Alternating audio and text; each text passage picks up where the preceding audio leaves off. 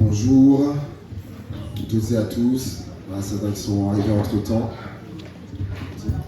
Merci. Vous allez voir aussi dans le message cette réalité qui vient d'arriver, qu'on a tous besoin, on a tous besoin les uns des autres. Et à l'église de Givors, j'ai commencé, on aborde en ce moment donc une thématique qui s'intitule à l'école. C'est pas commun, à l'école des animaux, qui est basé sur ce passage dans le livre de Job, au chapitre 12 et au verset 7, où Dieu parle à Job et il lui dit « Interroge les bêtes, les animaux, elles t'instruiront. Les oiseaux du ciel, ils te l'apprendront.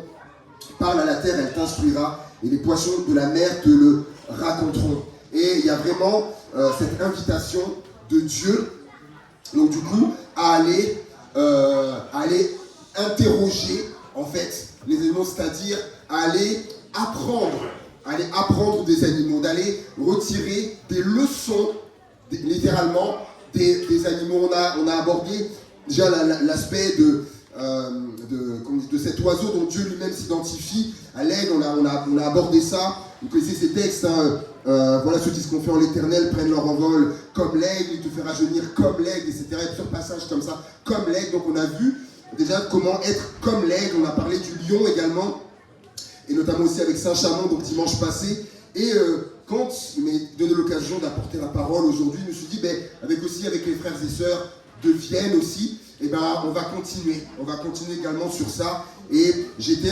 interpellé donc dans le livre des Proverbes au chapitre 30.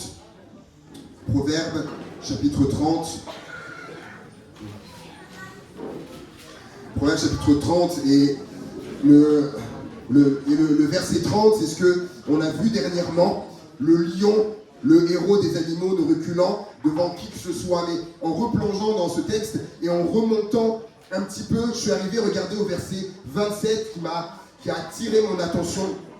Verset 27, il est dit « Les sauterelles n'ont point de roi et elles sortent toutes par division. » On va le relire. Les sauterelles n'ont point de roi et elles sortent toutes par division. C'est le troisième animal que j'aimerais voir avec vous, et voir, vous allez le voir, comment cet animal nous parle encore. Et elle forme, on connaît cet animal, hein, les sauterelles, qui forment des nuages épais qui voilent le soleil, parfois dans Exode 10-15, qui était une des plaies que Dieu a envoyées, n'est-ce pas, en Égypte, les sauterelles. Et je crois dans la on appelle, je crois qu'il y a quelques images là, ça vous parle comme ça d'une image là, d'un lieu où là, c'est nuée de sauterelles qui sont là.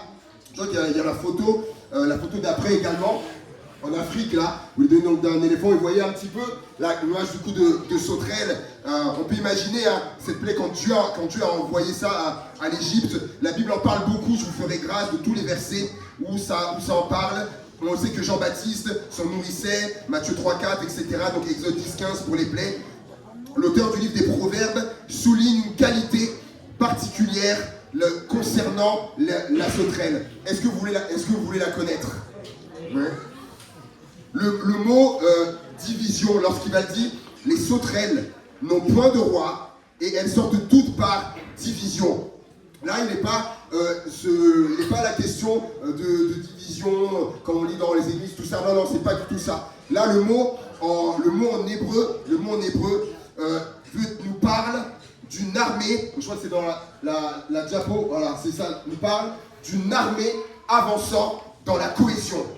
Et donc Joël, chapitre 2, verset 25, nous dit « Je vous remplacerai, on connaît, hein, je vous remplacerai les années qu'ont dévoré la sauterelle, le gélec, le asile et le gazam, ma grande armée, je le répète, ma grande armée que j'avais envoyée vers vous. » Il y a cette notion, en fait, là, à travers la sauterelle et sauterelle, d'une armée qui est là. Et Dieu, on connaît ce chant, on connaît ce chant, Dieu a une armée, voilà, qui se lève, on aime le chanter. Mais oui, mais parce que c'est une réalité. Pourquoi il parle d'une armée? Parce que nous sommes dans une guerre, en fait, spirituellement.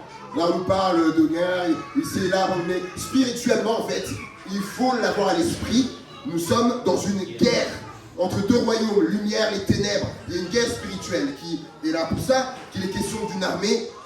Et les versets aussi sont nombreux. Que c'est ce passage, Paul, qui parle, le soldat ne s'embarrasse pas des affaires de la vie, s'il veut plaire à celui qui l'a enrôlé. Là, il prend cette image du soldat en parlant de nous, ou les croyants. Il parle du soldat.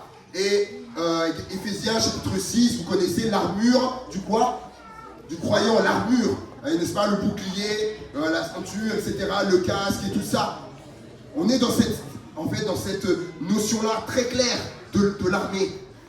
Et une guerre dans laquelle, si nous voulons tenir bon, c'est ce que Paul dit dans Éphésiens, si on veut tenir bon après avoir tout surmonté, il dit prenez les armes, ok? Mais après avoir tout surmonté, il nous faut donc revêtir cette armure, mais ce n'est pas tout. Ce n'est pas tout parce que, les amis, l'armée, il n'y a pas qu'un seul soldat. Regardez le nom qu'on est. Donc, oui, revêtir l'armure, mais c'est pas tout.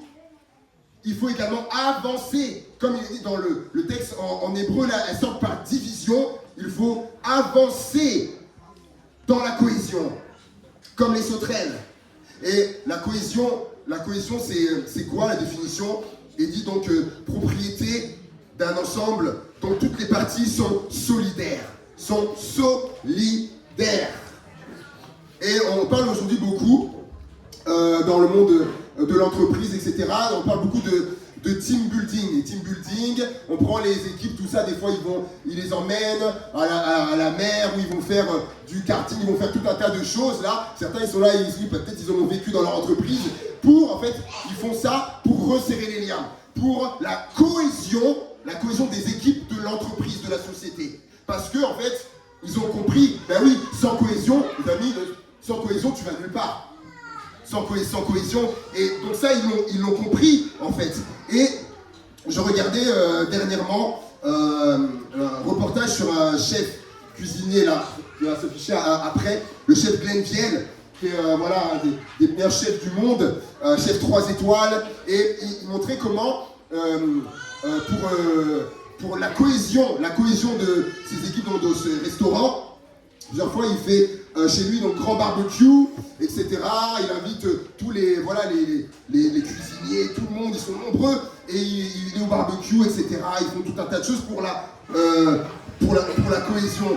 Et juste au passage, quand je voyais les saucisses qu'il faisait cuire au barbecue, lui, c'est pas les saucisses qu'on met nous, c'est pas pareil.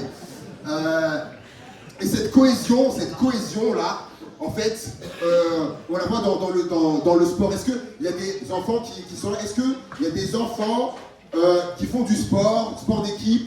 J'aimerais avoir là l'attention d'un enfant ou des enfants qui font du sport d'équipe. Oui, quoi comme sport d'équipe? Du foot, quoi. Foot et la gym, rugby, voilà. Et on parle aussi de cohésion. Alors dis-moi, toi, tu es quel poste? Ailier gauche.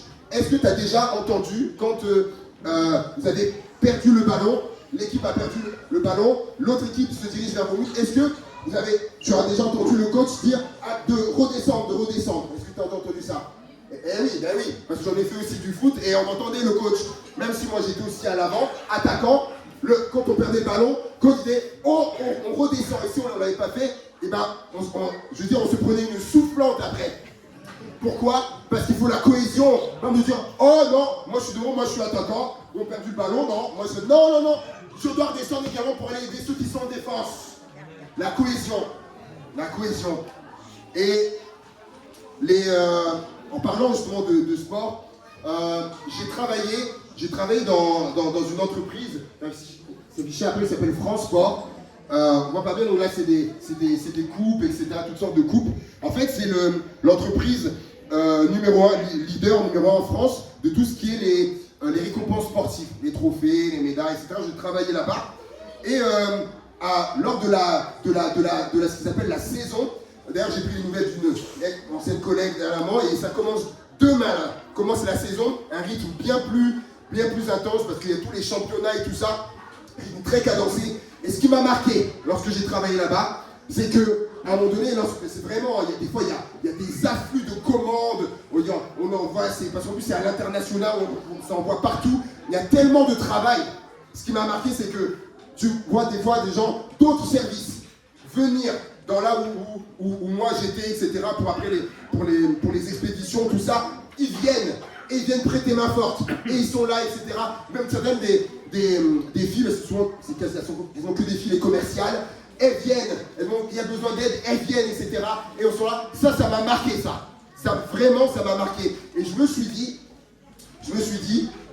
parfois, je dis bien parfois, pas dans tous les domaines, je dis bien parfois le monde nous montre l'exemple, parfois.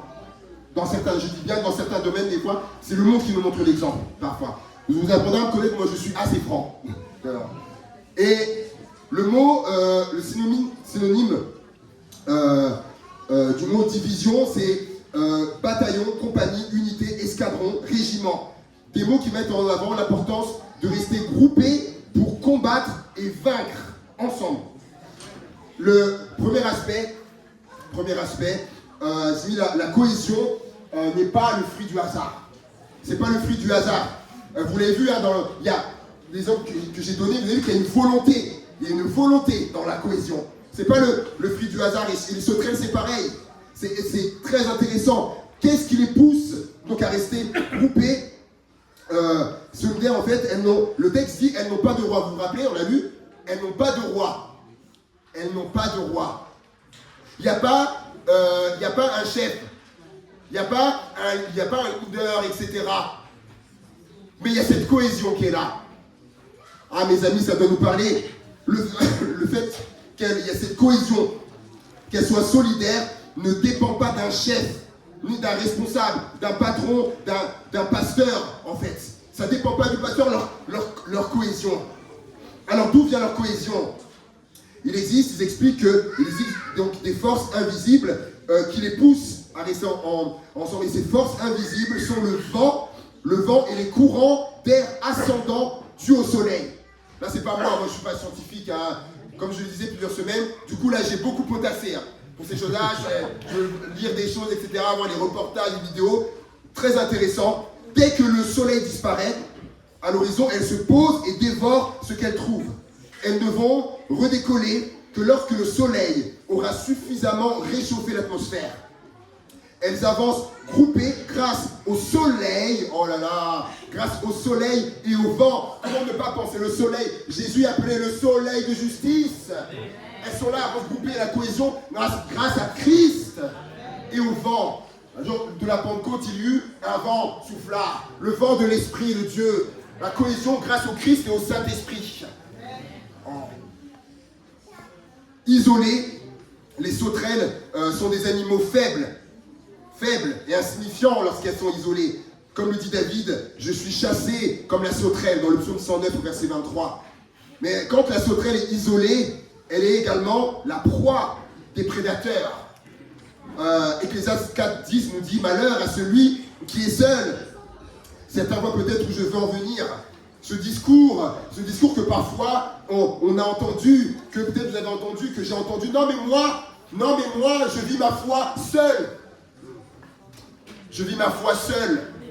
Je vous le dis, c'est pas biblique. C'est pas biblique. Dans les Actes des Apôtres, si vous voulez, vous ferez une étude et vous allez regarder et vous viendrez me dire le nombre de fois où il est dit, ils étaient tous ensemble. Allez regarder, faites une étude et venez me voir dire le nombre, vous allez voir.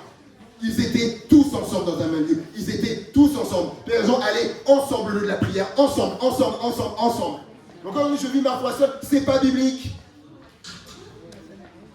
L'expérience a montré que ça ne marche pas. À un moment donné, on voit il y a des dérives, un déséquilibre. Et comme j'ai dit tout à l'heure, on a besoin des uns des autres. Paul dit, la main ne peut pas dire à l'œil, j'ai pas besoin de toi, à l'oreille, donc j'ai pas besoin de toi. C'est impossible. On est un corps. Une sauterelle seule, elle est vulnérable. Et mise en situation, vous l'avez certainement déjà vécu. Vous êtes dans un champ, et là, hop, il y a une sauterelle qui est là. Et du coup, vous avancez, vous avez, hop, et puis elle fait des bonds. Elle fait un bond.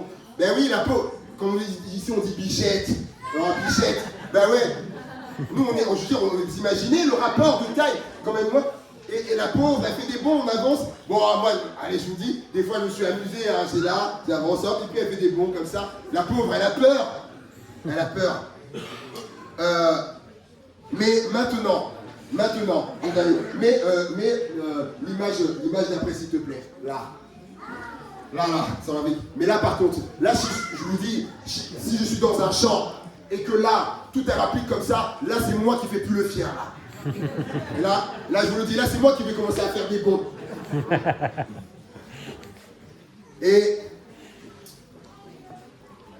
maintenant, montrer quelques images après, s'il te plaît.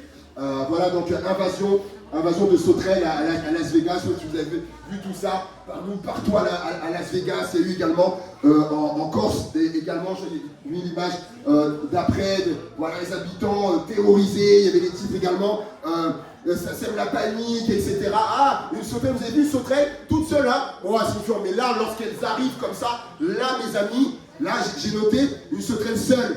Elle est vulnérable, mais des sauterelles en groupe, en armée, elles sont redoutables. Et ça doit nous parler à nous. Redoutables. Et je crois redoutables par rapport à l'ennemi. Parce que la force de la cohésion, la force de la solidarité, moi je crois que l'ennemi, lorsqu'il voit qu'il y a de la cohésion, là l'ennemi, là c'est... Il ne peut pas, il se dit mince.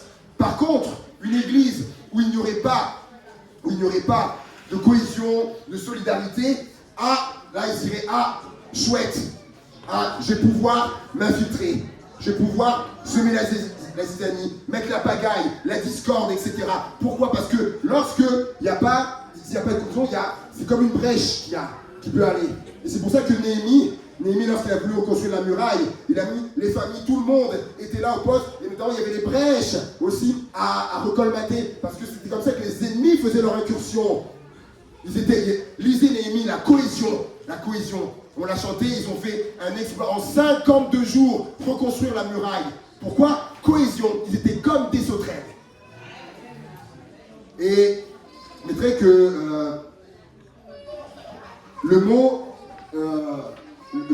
voilà, elles sortent par division, je l'ai dit tout à l'heure.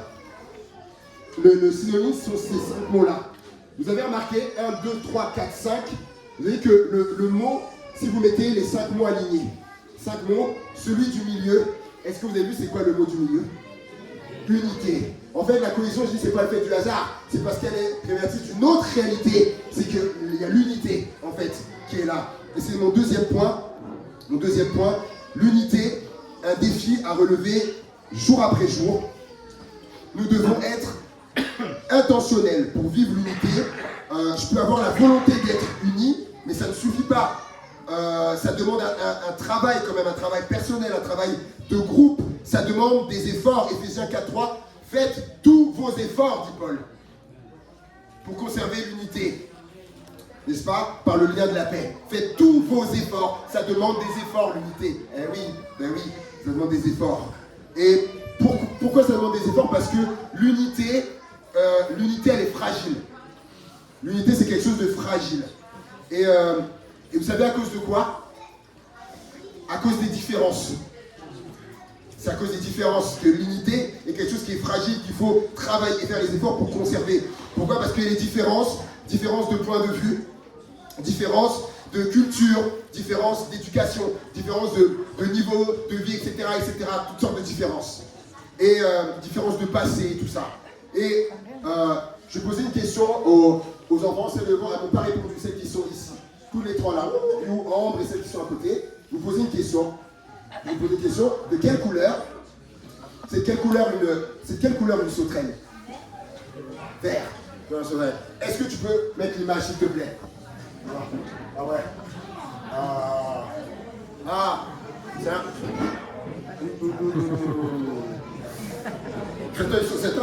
Comment? Et est-ce que tu peux continuer, s'il te plaît? Marron. Est-ce que tu peux continuer, s'il te plaît? Certains ils sont rassurés. Ah oui, celle que je connais. Continue, s'il te plaît. sauterelle noire à tête rouge. Ah. Allez, fais passer après ce sera mieux. Ah. Sauterelle arc-en-ciel. Ouais, c'est bien après. Oh. Sauterelle arc-en-ciel aussi, mais d'une, voilà, avec d'autres coloris. Voilà. Et pourquoi je vous dis tout ça? L'unité fragile parce qu'il y a des différences. Parce que ce qui se passe, c'est que lorsque je suis un chrétien sauterelle verte, par exemple, et ben en fait, j'aurais tendance à vouloir que les autres soient tous des sauterelles vertes. Lorsque je suis une sauterelle arc-en-ciel, j'aurais tendance à ce que les autres soient des sauterelles arc-en-ciel. Or non, il y a toutes sortes de sauterelles. Toutes sortes de sauterelles. Et la réalité, c'est que l'unité, ceux qui prennent des notes, l'unité commence par l'acceptation des différences. Et Dieu a voulu ces différences. C'est lui qui a créé tout ça. Il a voulu ces différences-là. Et ce qu'on appelle la diversité. Et elle est magnifique. Elle est magnifique, cette diversité. Différence. Et même au sein de son peuple. Puisque, Romains 12, 6 à 8, puisque nous avons tous des dons différents. Des dons différents. Diversité de dons. Et il n'est pas comme moi, elle n'est pas comme moi. Mais elle ne fait pas comme moi. Il ne fait pas comme moi, les enfants. Le don des enfants. Ah, mais elle ne fait pas comme moi. Mais ouais, mais peut-être qu'elle, c'est une sauterelle arc-en-ciel. Peut-être une sauterelle verte. Ou marron. Pour moi, marron. La louange. Ah, mais il ne fait pas comme moi, il ne fait pas comme moi. Vous avez compris le principe. Oh, mais le ménage, moi je commence, il ne fait pas comme moi. Et voilà, les différences. Oh, il prêche, je prêche pas. C'est la prédication, c'est la même parole de Dieu. Mais je prêche pas comme Francis. Parce qu'il y a cette différence. Et je ne sais pas s'il est là. Il n'est pas là, le second Francis. Il n'est pas là. Mais je vais dire quand même parce qu'on a vécu quelque chose il y a quelques temps, vraiment qui est très intéressant par rapport à ça. Vous savez que c'est le trésorier de la JF et on va partir avec les ados dans 15 jours à un camp. Et il est venu, parce qu'on devait finaliser, il est venu à l'église. Et vraiment, voilà, super. Un bon moment, il a amené les croissants, un chocolat formidable, j'avais le café. Et du coup, on a fait les derniers comptes. Et on a vu que, moi je voyais que, du coup, il y avait 5 euros qui étaient en plus. Là. Et donc, lui, il n'avait pas fait de la même façon, mais il avait fait d'une autre façon. Et à la fin, il a trouvé ça également, mais c'est pas de ma manière à moi. Mais à la fin, en fait, tac, c'était deux façons, mais à la fin, bam, on s'est retrouvés. Et c'est ça, en fait, c'est ça qui compte. Et l'unité, pareil, en fait, il y a des différences, mais à la fin, hop, c'est ça qu'il faut pour l'unité. Et j'arrive à la fin. L'unité, si elle commence par l'acceptation des différences, elle se construit dans le respect des différences. Et alors certains me diront, David, c'est beau, mais l'unité, passer un certain nombre, l'unité, c'est compliqué. Acte 4, verset 32, la multitude, écoutez bien, la multitude de ceux qui avaient cru n'était qu'un cœur, et qu'une âme. Et Juge, verset 6, 5 nous dit, car ils montaient avec leurs troupeaux et leurs tentes, ils arrivaient comme une multitude de sauterelles. C'est très intéressant. Et dans le livre des Actes, donc ça c'est les questions de la première église, la multitude était là et il n'était qu'un cœur et qu'une âme. L'unité qui était là, la cohésion de l'unité. Vous pouvez me dire, ils étaient combien? Ah, quelqu'un sait combien ils étaient? À ce moment-là, peut-être la réponse, elle est vers un peu plus haut. Acte 4, 4. Cependant, beaucoup de ceux qui avaient entendu la parole crurent et le nombre des hommes s'éleva à environ 5000 hommes. Ouh. Église de 5000 personnes. Et le texte dit, la Bible, elle dit pas des mensonges. La Bible, elle ment pas. La Bible, c'est pas des bêtises. La Bible dit que la multitude était qu'un cœur et qu'une âme. 5000 personnes. Et l'unité qui était là. Quand on dit, ah, l'unité, passer un certain nombre, c'est compliqué. Non, c'est possible. C'est possible. Et les exemples sont là et très forts. L'unité ne dépend pas du nombre. Elle dépend du cœur. Je répète, l'unité ne dépend pas du nombre. Elle dépend du cœur. Et j'arrive à la fin pour les sauterelles. Se déplacer est une question de survie.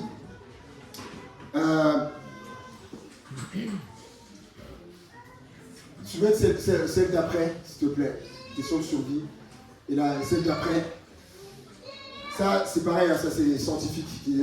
En fait, si elles étaient statiques, la privation de nourriture les pousserait à se dévorer entre elles ou à mourir d'inanition. L'inanition, c'est-à-dire, moi non plus je ne connaissais pas le mot, hein, je suis allé voir. C'est le fait dont tu peux se nourrir là, tu noirs parce que tu n'as plus la nourriture. Et j'ai trouvé ça très intéressant. Très intéressant. C'est que, en fait, lorsqu'elle s'arrête, si elle s'arrête, du coup, elles vont plus se nourrir. Et ce qui va se passer, le risque, elles vont commencer à se dévorer les unes les autres. Et là, je vais demander à deux enfants qui est là, allez. Combien? Venez, allez. Venez, les 5 qui sont là, venez. Et on va faire quelque chose. Voilà. Pour illustrer un petit peu ce qui se passe pour les sauterelles, du coup, si elles s'arrêtent, en fait, et qu'elles ne cherchent plus de nourriture, à un moment donné, elles vont se commencer à se bourrer du coup entre elles.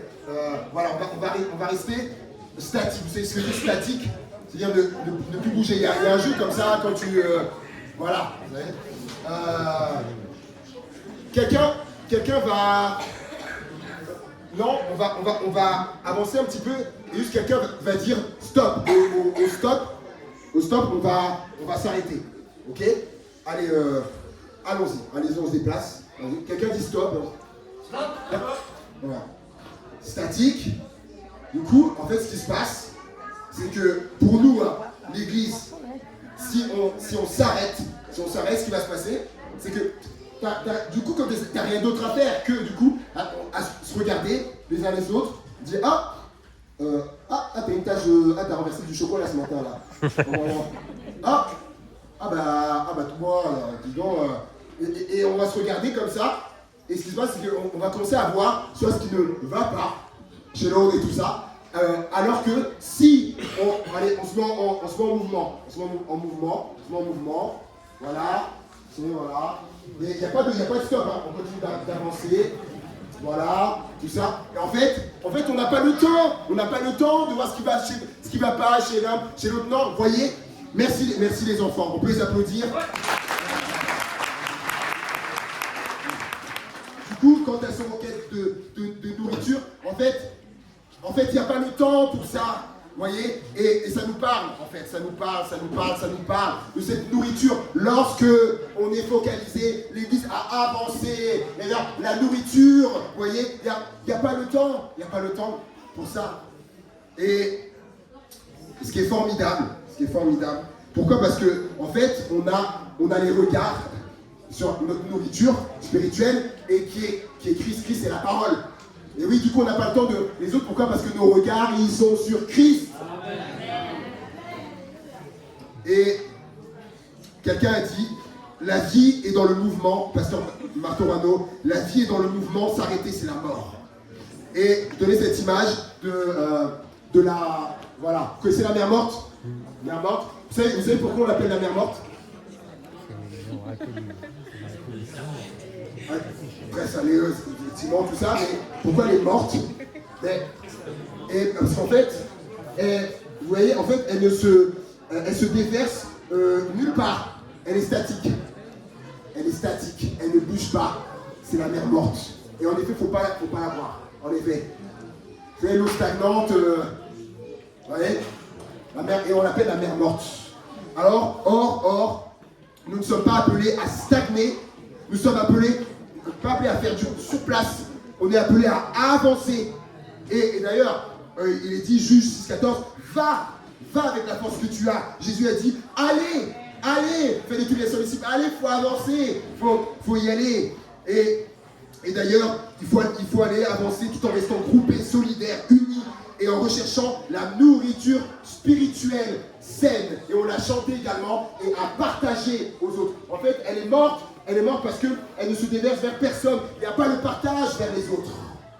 Jésus a dit, donnez-leur vous-même à manger. Et le point 4 est ma conclusion, j'ai fini. Le point 4, il est dit, petit message. Pourquoi? Parce que, regardez, ce que j'ai pas lu exprès dans le livre des Proverbes, le chapitre 30, ce que j'ai pas lu exprès, Proverbe 30, verset 27, on a lu, les sauterelles n'ont point de roi, et elles sortent toutes par division. Mais regardez au verset 24 ce qu'il dit, verset 24. Il y a sur la terre 4 animaux petits, et cependant des plus sages. C'est pas que c'est les seuls qui sont sages. Il y en a d'autres des animaux qui sont sages. On a parlé de l'aigle, parce qu'il bâtit sur le roc, comme on a parlé avec les gibordins. Mais cependant des plus sages. Des plus sages. Les fourmis, peuple sans force, préparant en été leur nourriture. Les damans, peuple sans puissance, placent leur demeure dans les rochers. Et les sauterelles n'ont point de roi, et elles sortent toutes par division, et le lézard, saisi avec les mains, il se trouve dans les palais des rois. Donc la sauterelle fait partie des animaux, c'est des plus petits, mais des plus sages. Pourquoi on l'a vu? Parce qu'il y a de la cohésion, parce qu'il y a de l'unité. Et du coup, elles sont sages. Les amis, soyons comme la sauterelle, comme les sauterelles. Amen. Cette cohésion dans cette unité qui prouve aussi une sagesse qui est là. Que Dieu vous bénisse, on va prier le Seigneur. Merci Seigneur pour ta parole, qui est la vérité Seigneur. Merci pour tes enseignements, merci mon Dieu pour tes éclairages. Merci encore de nous faire, mon Dieu, aller de l'avant, de nous faire aller plus loin Seigneur. Ensemble Seigneur, dans cette cohésion, dans cette unité, afin également d'être une bénédiction Seigneur, pour les autres, pour ceux qui nous entourent, pour là où tu nous as placés Seigneur mon Dieu, ton église rayonnante Seigneur mon Dieu. Assois-toi toute la gloire Père, au nom de Jésus. Amen. Amen. Amen. Amen.